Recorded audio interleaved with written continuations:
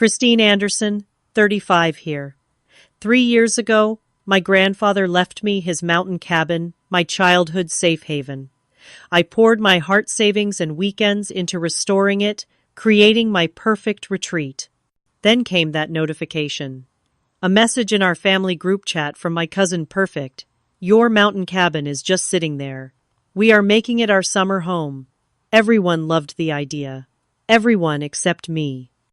Before continuing my story, let me know where you are watching from and hit that like and subscribe button to support my channel. Life has a funny way of giving you exactly what you need when you least expect it. When my grandfather passed away 3 years ago, I was devastated. Harold Anderson had been more than just my grandfather. He was my mentor, my confidant, and the one person in my family who truly understood me.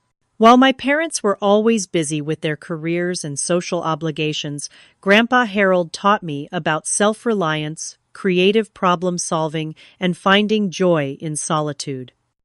I still remember the day the lawyer called me into his office. I sat there, still numb from the funeral, as he explained that Grandpa had left me his mountain cabin. Not to my parents or his other children, but to me, his middle granddaughter.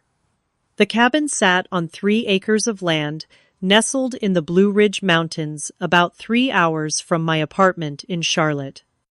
He was very specific, the lawyer explained. He wanted you to have the cabin because, and I quote, "Christine is the only one who will appreciate it for what it is, not what it could be worth." Those words meant everything to me. As a freelance graphic designer working remotely, I had the flexibility to make use of the cabin. But more importantly, I understood what my grandfather meant. That cabin represented freedom, creativity, and peace, not a real estate opportunity or vacation rental income. The cabin had been my safe haven throughout my childhood. Whenever family tensions ran high or I needed escape from my parents' expectations, Grandpa would invite me up to the cabin for weekends. We would hike fish in the nearby lake and sit on the porch watching fireflies as he told stories of his youth. Inside those pine walls, I felt accepted for who I was. When I first visited the cabin after inheriting it, reality hit hard. The place needed significant work. The roof leaked in 3 places. The plumbing was temperamental at best, and decades of mountain winters had taken their toll on the exterior. My grandfather had maintained it well into his 70s, but as his health declined in his final years, so did the cabin's condition. Most of my family thought I should sell it.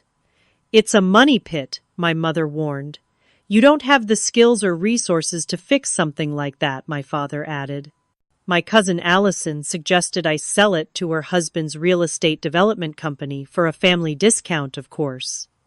But I couldn't sell it. This wasn't just property. This was my grandfather's legacy to me. So I began the long process of restoration. I used nearly all my savings for the major repairs, hiring professionals, for the electrical work and structural issues. For everything else, I taught myself.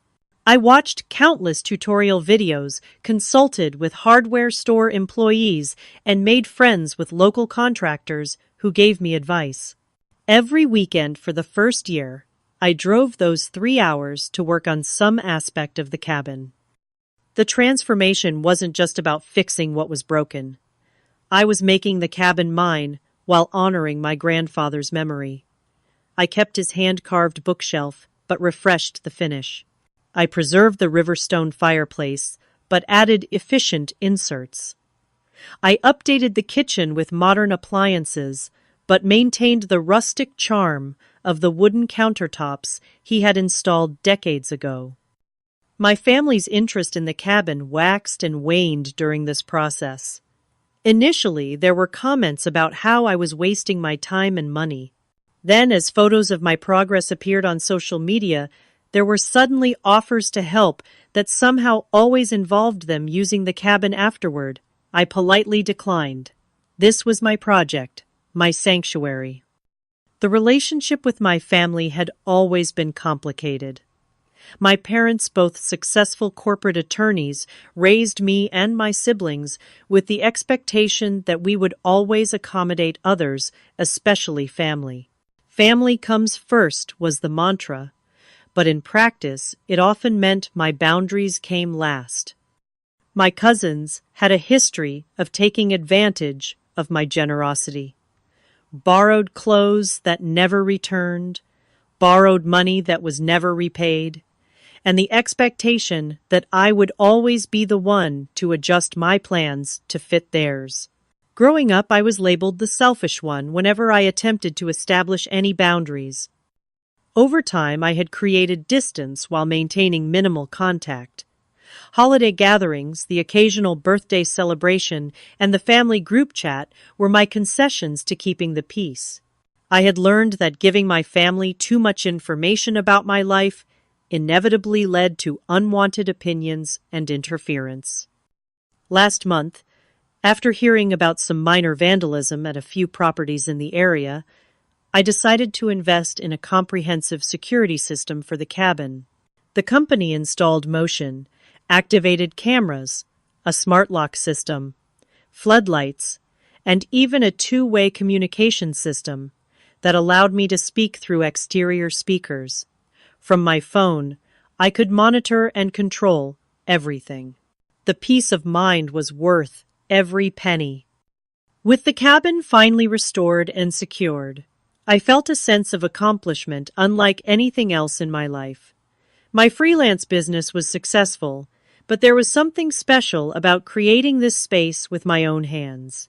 The cabin represented the first place that truly felt like it was mine, a physical manifestation of my independence and growth. Little did I know that my family had other plans for my mountain sanctuary. It was a Tuesday afternoon when everything changed. I was deep into designing a branding package for a new client headphones on completely in the creative zone. My phone kept lighting up with notifications, but I ignored them, determined to finish the concept boards before taking a break. When I finally reached a stopping point 2 hours later, I picked up my phone to find 63 new messages in the family group chat. That alone was unusual. Typically, the chat saw sporadic activity about birthdays, holiday planning, or sharing photos of my nieces and nephews. This volume of messages indicated something significant. I scrolled to the beginning of the conversation and felt my stomach drop. Perfect. Your mountain cabin is just sitting there. We're making it our summer home. The message from my cousin Allison was followed by a string of excited responses. Oh, my Aunt Diana. That's a wonderful idea. The kids would love it. My Uncle Robert count us in for the 4th of July week. My other cousin Thomas. Can we bring the boat? Is there boat access to the lake? My mother Christine hardly uses it anyway. It will be good to see the place full of family again. The messages continued detailing plans for different families, taking different weeks, discussing meal planning activities, and who would bring what supplies. There were photos of my cousin's kids with packed suitcases, excited faces pressed together for selfies, captioned, "Mountain Summer, here we come." Several messages included phrases like, "I can't believe we didn't think of this sooner," and "We should make this an annual tradition." And even Mom still has the old key from when Grandpa was alive, right? My heart began racing. My hands trembled slightly as I scrolled through more messages searching for any indication that someone had thought to actually ask me about these plans. There was nothing. Just my family, planning to occupy my private property, as if it were a communal timeshare. I flashed back to childhood memories. My diary read by my sister, my art supplies borrowed and returned, my college acceptance letter opened before I got home from school. The feeling was familiar, a violation dressed up as family closeness. Taking a deep breath, I typed out a response, trying to be reasonable. Hi everyone. I noticed there are a lot of plans being made for my cabin. I actually have work scheduled there throughout the summer, as it's my primary workspace when I'm not in Charlotte. Also, I'd appreciate some advance notice for visits. This is all a bit confusing, since no one asked me about availability. The responses came quickly. Allison. Oh, come on, Chris. You can work anywhere with your laptop. The kids are so excited already. My mother, honey, don't be difficult. Family should be welcome any time. My Aunt Patricia. We won't disturb your things, promise. We just want to enjoy the mountain air. It's so hot in the city all summer. My Uncle James. It's not like you're there all the time anyway. We saw your Instagram. You were in Charlotte all last week. Each message felt like another boundary being trampled. I tried again. I understand everyone is excited, but this is my home. I've put thousands of dollars and countless hours into renovating it. I have clients expecting work deadlines. I need to know when people are planning to be there. And honestly, I'd prefer to be present when others are using the cabin. The responses turned more dismissive. My father, Christine, you're overreacting. It's just family wanting to enjoy the place. Allison, don't be so selfish. Think of the kids who've been cooped up in the city. They deserve some nature time. My Aunt Diana Harold would want the whole family to enjoy the cabin, not just one person. The mention of my grandfather's name like that made my chest tighten.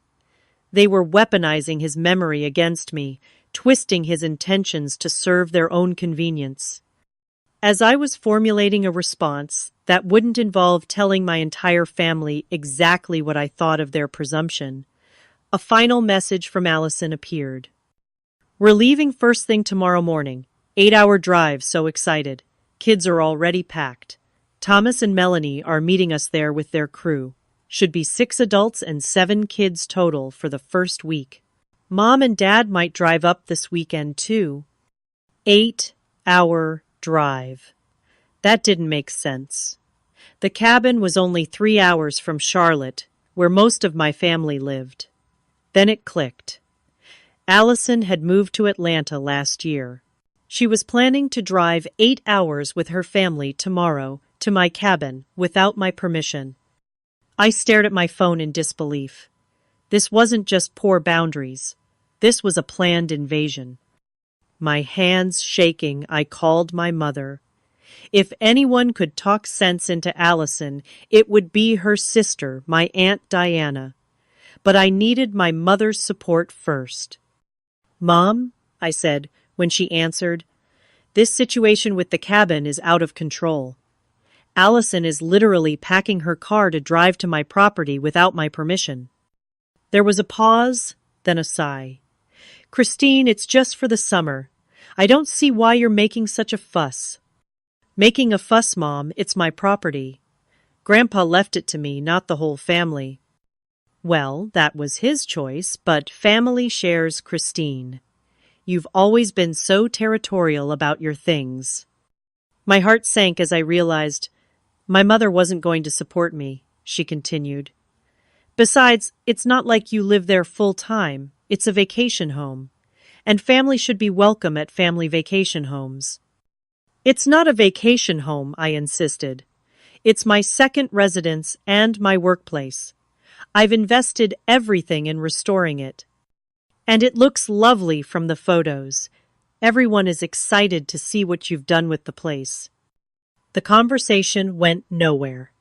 After 10 minutes of circular arguments, I ended the call and immediately dialed Allison's number. My cousin answered on the second ring, her voice falsely bright. Christine, I was just about to text you our arrival time tomorrow. We should get there around 4 p.m. if traffic cooperates. Allison, I said, trying to keep my voice steady. You cannot stay at my cabin tomorrow or any day without my explicit permission. I have not given that permission.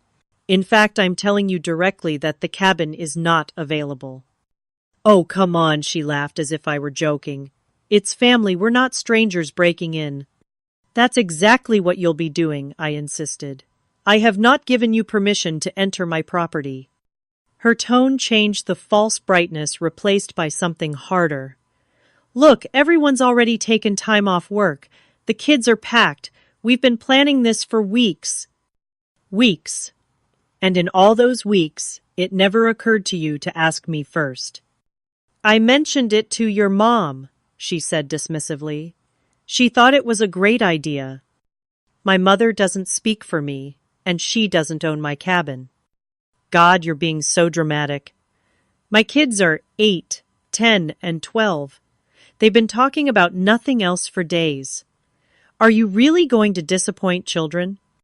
The manipulation was so transparent, it was almost laughable, except there was nothing funny about the situation. I'm not disappointing anyone. You set your children up for disappointment by promising them something that wasn't yours to give. We're coming, Christine, she said, her voice now cold. You can either be reasonable about this or not, but we're coming.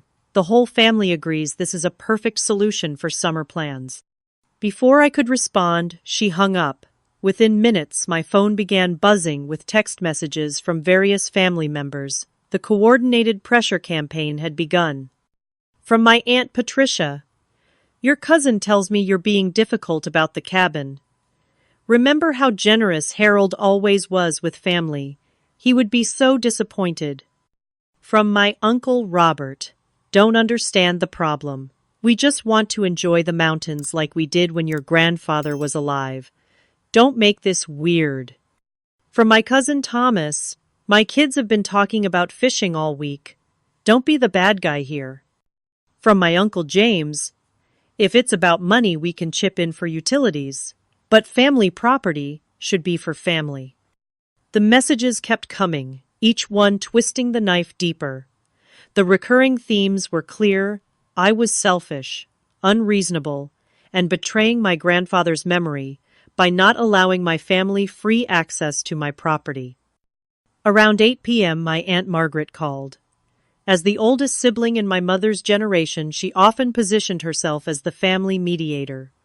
Christine, dear, she began in her soothing voice, I think there's been a misunderstanding about the cabin. There's no misunderstanding, Aunt Margaret. My family is attempting to use my private property without permission. That's trespassing. She laughed softly. Goodness, such harsh language for family. No one is trespassing. We're just looking to spend some quality time in the mountains. At my home, without my invitation or consent, I added. Well, perhaps there should have been more communication, she conceded slightly, but plans are already in motion. Allison's family is driving up tomorrow. Surely you can be flexible just for this summer. Everyone is so looking forward to it. I have installed a security system, I informed her. No one will be able to enter without my authorization. There was a pause.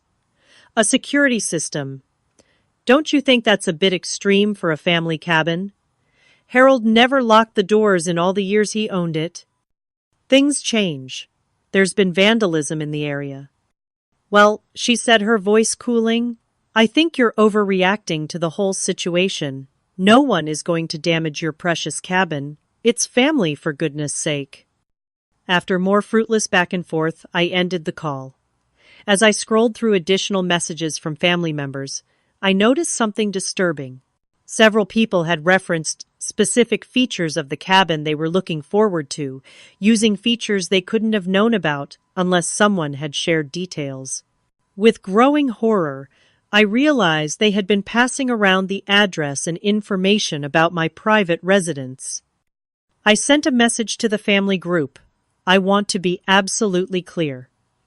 The cabin is not available for family use this summer. I have not and will not give permission for anyone to enter the property. Please respect my boundaries and my property rights. The responses were immediate and hostile. Allison, too late. We're already packed and leaving at 5 a.m. If you're so concerned, drive up and join us. Otherwise, stop being dramatic. My mother, Christine, enough. This isn't like you. Why are you being so selfish? My father, your behavior is embarrassing. This isn't how we raised you. By midnight, I was physically ill from stress. My hands trembled, my stomach was in knots, and I had a pounding headache. I took some pain relievers and tried to sleep, but spent most of the night staring at the ceiling, my mind racing with scenarios of how tomorrow might unfold. The last message I saw before attempting sleep was from Allison. We're all adults here. We'll take good care of the place. See you tomorrow, maybe. As I finally drifted into uneasy sleep around 4 a.m., one thing became clear. Reasoning with my family wasn't going to work. They had no intention of respecting my boundaries or my property rights. Tomorrow would require a different approach. The shrill notification from my phone jolted me, awake at 9:30 a.m. I grabbed it from my nightstand, squinting at the screen. It was an alert from my cabin's security system, motion detected on the front path. My heart racing, I opened the app expecting to see a deer or perhaps a delivery person. Instead, I saw a car I didn't recognize pulling up my driveway. Before I could process this, my phone buzzed with a text message from Carl, my neighbor, whose property bordered mine. Your family arriving with loads of luggage. Quite a crowd didn't know you were expecting company. Want me to help them get settled? I texted back quickly. Not expected. Not invited. Do not help them get in. Call me. My phone rang seconds later. Christine, what's going on? Carl's voice was concerned. My family has decided to use my cabin for the summer. Without asking me, I explained, my voice tight with stress. They literally announced their plans yesterday and ignored my objections. Well, they can't get in without a key, right? Carl asked. That's what I'm about to find out, I replied, switching to the security app. What I saw sent waves of panic through my body. 3 cars were now parked in my driveway. I counted 12 people, including children, running around the property. I recognized Allison directing people like a cruise director, pointing to where things should go. Her husband Jason was trying the front door handle, then moving to check under rocks near the porch, presumably looking for a key. My cousin Thomas and his wife Melanie were unloading coolers and suitcases. Their 3 children were chasing Allison's kids around the yard, already trampling the native plant garden I'd carefully cultivated along the side path. Oh my God, I whispered, watching this invasion of my private sanctuary in real time. Christine, you still there? Carl's voice seemed distant as I focused on the security footage. They're trying to break in, I said, my voice hollow. They're looking for hidden keys and checking windows. Want me to call the sheriff? Carl offered. Not yet, I replied. Let me try something first. I watched in horrified fascination as Jason moved around the cabin, trying each window. Most were locked, but he seemed determined. The children had now moved to the back deck, their voices faintly audible through the security system's microphones as they peered through the glass doors into my living room. Allison was on her phone, gesturing animatedly. I wondered if she was calling me, but my phone wasn't ringing. Then it hit me. She was probably calling my mother or Aunt Margaret, trying to get information about how to access the cabin. The sense of violation was overwhelming. My private space, my sanctuary, the place I had poured my heart and savings into, was being treated like public property. My hands began to shake so badly I had to put the phone down for a moment. A flood of memories rushed through my mind. The time Allison borrowed my new sweater in high school and returned it with a cigarette burn. The Christmas when Thomas used my laptop without permission and deleted my college application essay. The countless times my belongings were taken, borrowed, or used without my consent because family shares. My entire body felt like it was vibrating with rage and helplessness. Tears streamed down my face as I picked up the phone again to continue monitoring the situation. That's when I saw Jason examining one of the side windows more carefully. He seemed to be testing if it would open.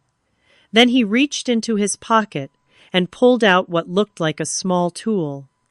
"He's trying to force a window," I told Carl, who was still on the line. "That's breaking and entering," Carl said firmly. "I'm calling the sheriff." "Wait," I said clarity, suddenly cutting through my emotional turmoil. "I have another idea." In that moment, I remembered what my grandfather used to tell me when I would come to him upset about family members taking my things or invading my space. "Christine," he would say, in his gentle but firm way, "you teach people how to treat you by what you allow. Don't get mad, get clear. Set your boundaries and hold them even when it's difficult. Especially when it's difficult." My grandfather wouldn't want his cabin used as a battleground, but he also wouldn't want me to let my boundaries be trampled. He left the cabin to me because he trusted my judgment. It was time to honor that trust. With newfound resolve, I wiped my tears and focused on the security system's control panel on my phone. The expensive system I'd installed last month was about to prove its worth in a way I never anticipated. With steady hands, I navigated to the security system's master control panel on my app. The comprehensive system included motion-activated cameras, floodlights, a smart lock system for all entry points, and an alert system with outdoor speakers. It even featured a two-way communication function that would allow me to speak through those speakers from anywhere. I had never imagined I would be using these features against my own family, but their actions had forced my hand. I watched Jason still working at the window, the children running around the property, and Allison directing the whole operation like she owned the place. Taking a deep breath, I activated the system's emergency protocol. Immediately, powerful floodlights around the property blazed to life despite the morning sunlight. An ear-piercing alarm began blaring from multiple speakers strategically placed around the exterior of the cabin. The security system's automated message began playing at high volume. "Attention. This is a security alert. Unauthorized presence detected on private property. Local security service has been notified. Please vacate the premises immediately."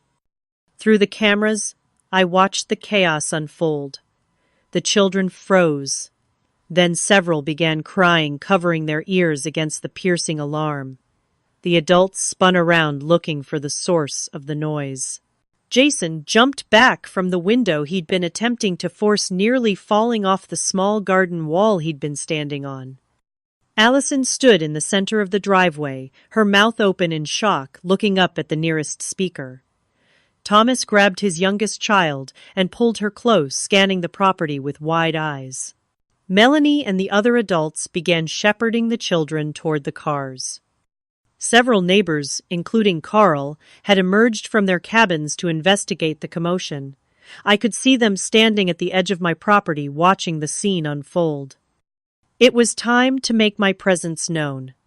I pressed the button for the two-way communication system and spoke clearly. "Attention. This is Christine Anderson, the legal owner of this property. You are currently trespassing on private property.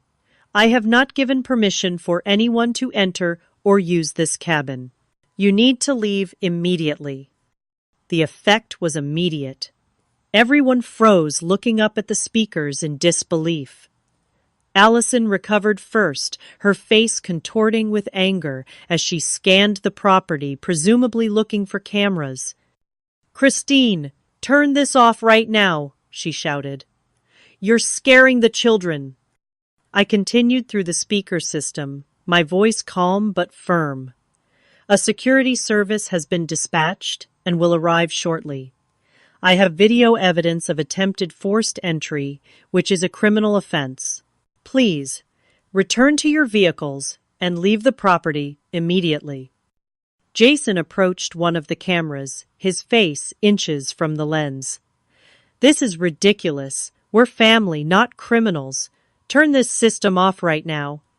Please, step away from the security equipment, I responded. Tampering with security systems is also an offense. You have 5 minutes to vacate the property before the security service arrives. This wasn't entirely true, as I hadn't actually called the security service yet, but they were on retainer and one button press away. I wanted to give my family a chance to leave voluntarily before escalating further. The children were now all crying or looking scared. Some of the adults began moving toward the cars, clearly rethinking the situation. But Allison stood her ground phone in hand, furiously typing something. My own phone rang. It was Allison. I switched from the speaker system to take her call. "What the hell do you think you're doing?" she demanded, her voice shrill with indignation. "Protecting my property from trespassers," I replied calmly. "We are not trespassers. We're your family. Turn off these alarms right now. You're terrifying the children." "The children wouldn't be terrified if you hadn't brought them to a property you had no permission to enter," I pointed out. "The alarms will stop when you leave." "You've completely overreacted," Allison spat. "We were just trying to have a nice family summer. Now you've embarrassed all of us in front of the neighbors and traumatized the kids. I made it clear yesterday that my cabin was not available. You chose to ignore me and come anyway. These are the consequences of your actions, not mine." "I'm going to call Mom," she threatened. "Everyone in the family is going to hear about this." "Feel free to tell them how you attempted to occupy my home without permission and got caught," I replied. "Now, please leave before I need to call local law enforcement in addition to the security service." Through the security cameras, I could see that most of the adults were now moving luggage back into the cars. The children were being loaded into the vehicles, some still crying. Only Allison and Jason remained defiant. "This isn't over," Allison warned before hanging up. True to my word, 2 minutes later, a car with the local security company's logo pulled up. The service had responded to the automated alert from my system. I quickly connected with them through the app to explain the situation. "Miss Anderson, we received an alert about possible trespassers at your property," the security officer said, after I identified myself. "Yes, unfortunately, some people showed up uninvited and attempted to enter my cabin. I've asked them to leave, but they're being resistant." "We'll handle it," the officer assured me. "Would you like us to contact local law enforcement as well?" "Not at this time," I decided. "Let's see if they'll leave peacefully first." I watched through the cameras as the security officer approached Allison and Jason, who immediately began talking over each other, gesturing wildly. The officer remained calm, checking identification and speaking into his radio. After a tense conversation, Allison and Jason finally moved toward their car, faces flushed with anger.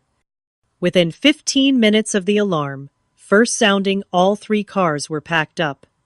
The security officer returned to his vehicle, but remained parked at the edge of the property, ensuring everyone left. As the cars began to pull away, my phone exploded with calls and messages from family members. I ignored them all. The immediate crisis was being handled, but I knew this wasn't over. After a brief discussion with the security service, I decided to drive up to the cabin myself. It was a 3-hour drive from Charlotte, but I needed to see the property in person and make sure there was no damage. More importantly, I needed to face this situation head-on. Running away had never been my grandfather's style, and it wouldn't be mine either. As I packed a bag and got in my car, I felt a complex mixture of emotions. The adrenaline that had carried me through the immediate confrontation was fading, leaving me shaky and exhausted. There was anxiety about the confrontation that might await me at the cabin. But underneath it all was a thread of fierce determination. For perhaps the first time in my life, I had stood up to my family's boundary violations in a way that couldn't be ignored or dismissed. The 3-hour drive gave me time to process my feelings and prepare for what might come next. My phone continued to buzz with messages and calls, but I used my car's do not disturb function to focus on driving safely. Whatever storm awaited me, I would face it on my terms, not while navigating mountain roads. I arrived at my cabin just after 1 in the afternoon. The security service officer was still there, having stayed to ensure the family didn't return. To my dismay, I saw that all 3 cars were still parked about 100 yards down the road just off my property. They refuse to leave the area, the officer explained. I've informed them they can't return to your property, but they're insisting on speaking with you when you arrive. I can call for police backup if you'd prefer. I took a deep breath. No, that's all right. I'll talk to them. Thank you for staying. As I pulled into my driveway, I saw movement from the parked cars. Doors opened and adults emerged. The children remained inside the vehicles, faces pressed against windows watching. Allison, Jason, Thomas, and Melanie approached the edge of my property, stopping at the boundary marked by my rustic split rail fence.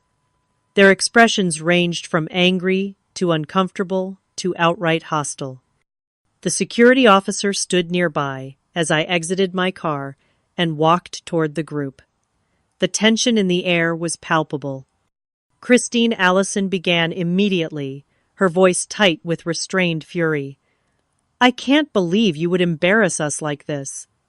Calling security on your own family. What is wrong with you? I looked at her calmly. I told you clearly that you did not have permission to enter my property. You chose to ignore me and come anyway. It's a family cabin, she insisted. No, it's my cabin, I corrected. Grandpa left it to me, not to the family collectively. Thomas stepped forward. Come on, Christine. We just wanted to give the kids a nice summer experience. Is that really so terrible that you needed to traumatize them with alarms and security guards? I'm sorry, the children were frightened, I said sincerely. But they wouldn't have been in that situation if you had respected my clear communication yesterday. You've always been selfish, Melanie said, speaking up for the first time. Even as a kid, you never wanted to share anything. This isn't about sharing, I replied. This is about basic respect for boundaries and property rights. You wouldn't walk into a stranger's house uninvited. The fact that we're related doesn't change the principle. Jason, who had been quietly seething, suddenly burst out. Do you have any idea how much time we took off work for this? How much planning went into this trip? The kids have been looking forward to this for weeks. Planning that happened entirely without consulting me, the owner of the property, I pointed out. That's the fundamental problem here. You made plans involving my home without my knowledge or consent. Harold would be ashamed, Allison, said her voice low and cutting. He always welcomed family at the cabin. Always. That comment stung, but I held my ground. Grandpa welcomed invited guests. He didn't appreciate boundary violations, and he left the cabin to me because he trusted my judgment. My neighbor Carl chose that moment to approach carrying his morning coffee. Everything okay over here, Christine? Just a family disagreement, I explained. More than a disagreement, Carl said, turning to my relatives. I saw your husband trying to force that side window open, he said, nodding toward Jason. Where I come from, that's breaking and entering. Jason's face reddened. I was just checking if it was locked. We were locked out. You were never locked out, I corrected. You were never invited in. There's a difference. This is ridiculous, Allison fumed. We're going to speak to a lawyer about this. You can't just inherit family property and keep it all to yourself. Actually, she can, said the security officer, who had been quietly observing. The deed is in Miss Anderson's name alone. Legally, this is her private property, and you have no right to access it without her permission. We'll see about that, Jason muttered. I looked at my family members, really looked at them, and felt a strange sense of clarity. Their anger wasn't really about the cabin itself. It was about the disruption to the family dynamic. For years, I had been the one who gave in, who accommodated, who adjusted my boundaries to keep the peace. By standing firm now, I had upset the established order. I think it's time for you all to leave, I said firmly. I've made my position clear. The cabin is not available for family use without my explicit invitation. And what are we supposed to do now? Thomas demanded. We've taken time off work. The kids are expecting a vacation. That's not my responsibility, I replied. You created this situation by making plans involving my property without asking me. There are plenty of rental cabins in the area if you still want a mountain vacation. At peak season prices, that's just great, Melanie said sarcastically. I'm sorry your lack of planning has created difficulties for you, I said, but I'm not changing my position. Allison's face hardened. You'll regret this, Christine. When you need family support, don't come running to us. The threat hung in the air between us. Part of me wanted to point out that family support shouldn't be conditional on allowing boundary violations, but I recognized that further discussion would be pointless. I think we're done here, I said instead. Please leave. For a moment, Allison looked like she might say something else, but Jason put a hand on her arm. Let's go. This isn't worth it. The adults turned and walked back to their cars. Through the windows, I could see the disappointed faces of the children watching the drama unfold. That was the hardest part, knowing the kids were caught in the middle of adult conflict. But I also knew that allowing my boundaries to be violated wasn't the solution. The drive back to Atlanta would be long and tense for those families. Part of me felt guilty about the children's disappointment, but a stronger part recognized that their parents had created this situation, not me. As the cars finally pulled away, the security officer approached. Would you like me to stay longer, Miss Anderson? We can arrange extended monitoring if you're concerned about them returning. No, that won't be necessary, I said, suddenly feeling exhausted. I think they've gotten the message. After thanking the officer and saying goodbye to Carl, I finally entered my cabin. Everything was as I had left it, untouched by the invasion attempt. The familiar scent of pine and the quiet creaking of the wooden floors welcomed me home. I sank into my grandfather's old armchair, the one piece I had kept exactly as it was, and felt the emotional weight of the day crash over me. Relief that my sanctuary remained intact, pride in standing my ground. Sadness that it had come to this with my family. Anxiety about the fallout that would surely follow. My phone showed 23 missed calls and over 50 unread messages. Most were from family members, their tones, ranging from confused to concerned to outright hostile. My mother had called 7 times alone. I put the phone down without responding to anyone. Those conversations could wait. For now, I needed time to process what had happened and find my center again. As evening fell, I sat on the porch with a cup of tea, watching the fireflies emerge, just as I had done with my grandfather years ago. The mountains were cast in purple shadow, the air cooling with that particular fresh scent that always made this place feel magical. You did good, kiddo, I could almost hear my grandfather say. Standing up for yourself isn't selfish, it's necessary. In the quiet of the mountain evenings, surrounded by the sanctuary I had created, I began to find peace with my decision. The cabin was still mine. My boundaries had been maintained, even if it cost me some family goodwill. Some prices were worth paying. The weeks following what I now call the invasion attempt were challenging. The family group chat fell silent after an initial explosion of messages, accusing me of everything from mental instability to criminal behavior. My mother left tearful voicemails about how I had humiliated my cousins and traumatized my nieces and nephews. My father sent a terse email expressing his disappointment in my selfish and immature behavior. I responded to none of it. Instead, I stayed at the cabin for 2 weeks, working remotely and giving myself space to process what had happened. The silence was healing. Each day without family drama felt like a weight lifting from my shoulders that I hadn't even realized I was carrying. Gradually, individual messages began trickling in from various family members. My younger sister, Emily, who had been notably absent from the cabin scheme, reached out first. That sounds intense. For what it's worth, I think they were totally out of line. Grandpa left you the cabin for a reason. Love you. Her simple support meant more than she could know. My cousin Marcus, another family outlier who lived in California and rarely participated in family events, sent a brief message. Heard about the cabin situation. Respect for standing your ground. They'll get over it. Even my Uncle David, my father's brother, who had always been the quiet one at family gatherings, surprised me with a thoughtful email. Christine, while I don't approve of how things escalated with the security system, I want you to know I understand why you felt backed into a corner. The cabin is legally yours, and the family should have respected that. Give everyone time to cool down. These things have a way of settling themselves.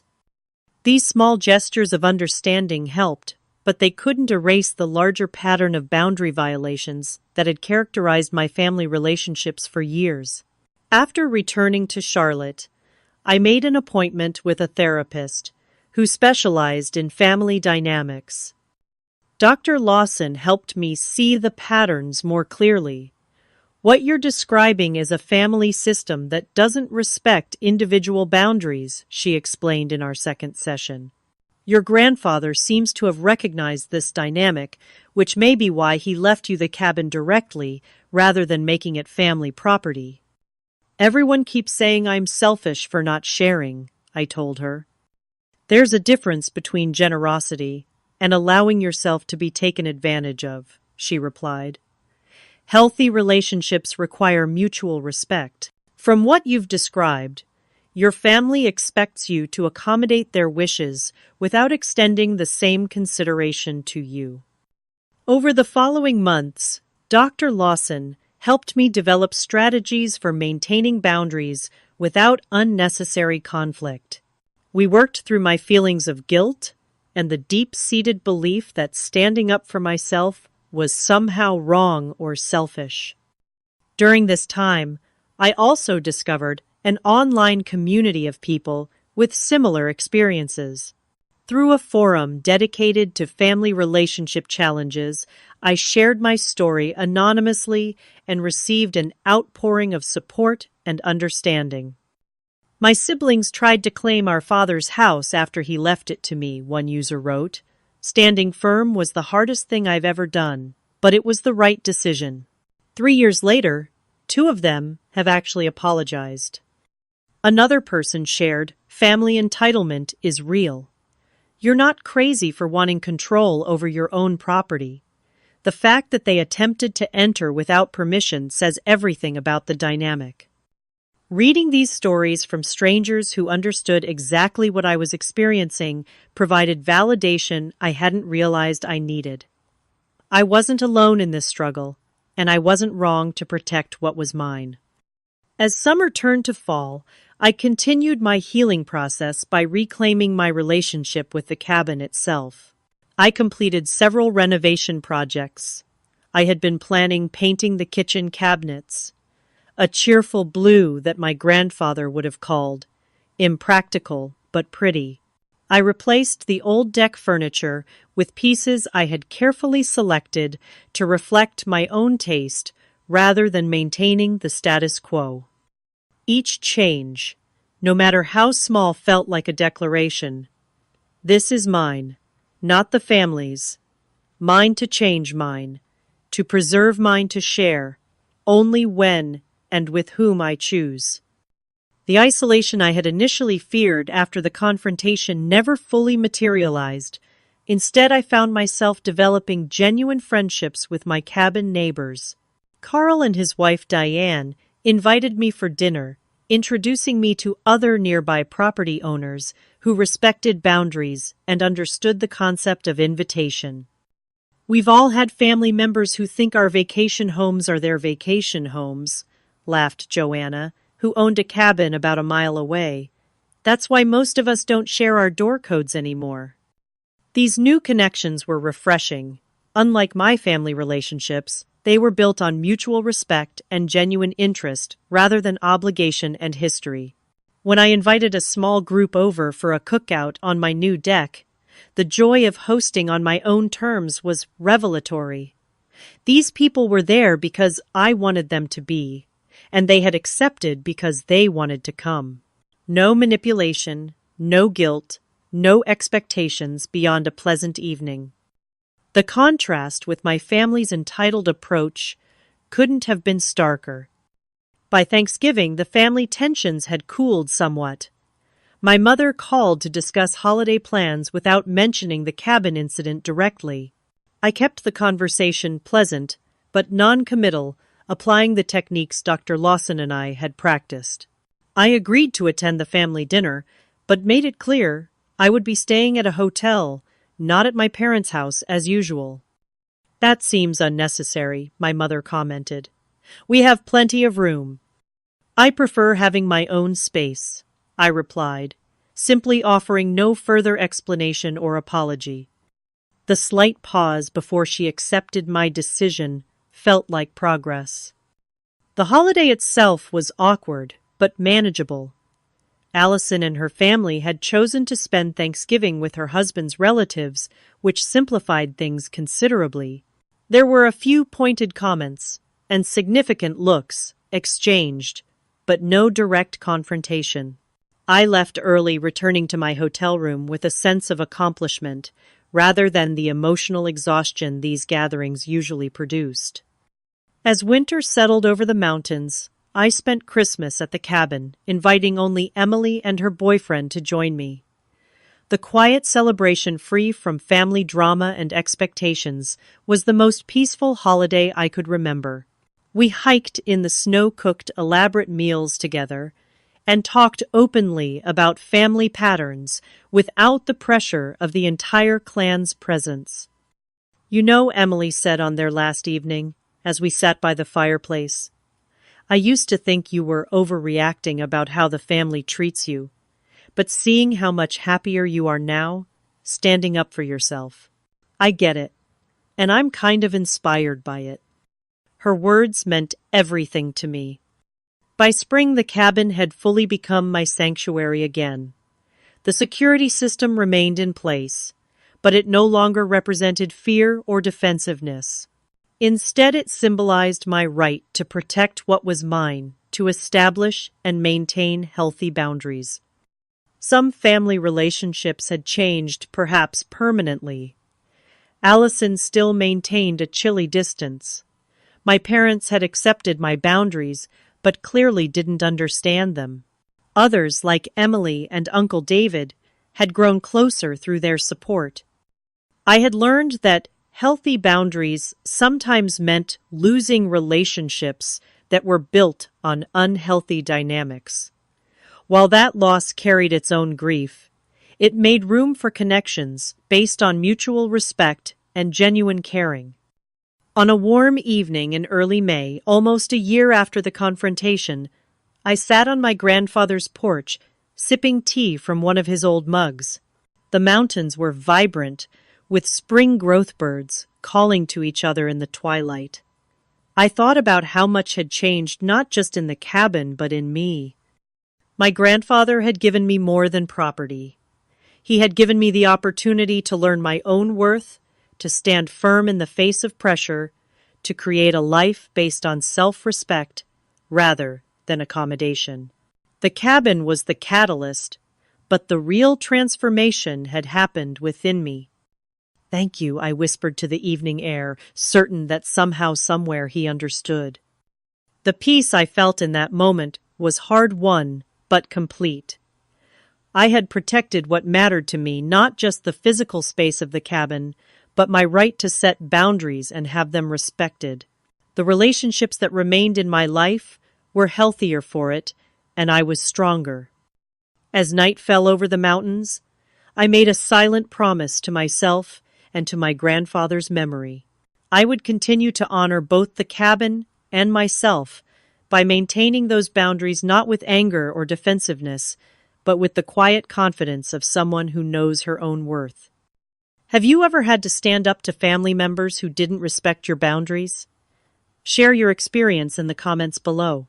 If this story resonated with you, please hit the like button and subscribe to hear more stories about maintaining healthy boundaries in difficult relationships. Thank you for listening to my journey, and remember that protecting your peace is never selfish. It's necessary for your well-being.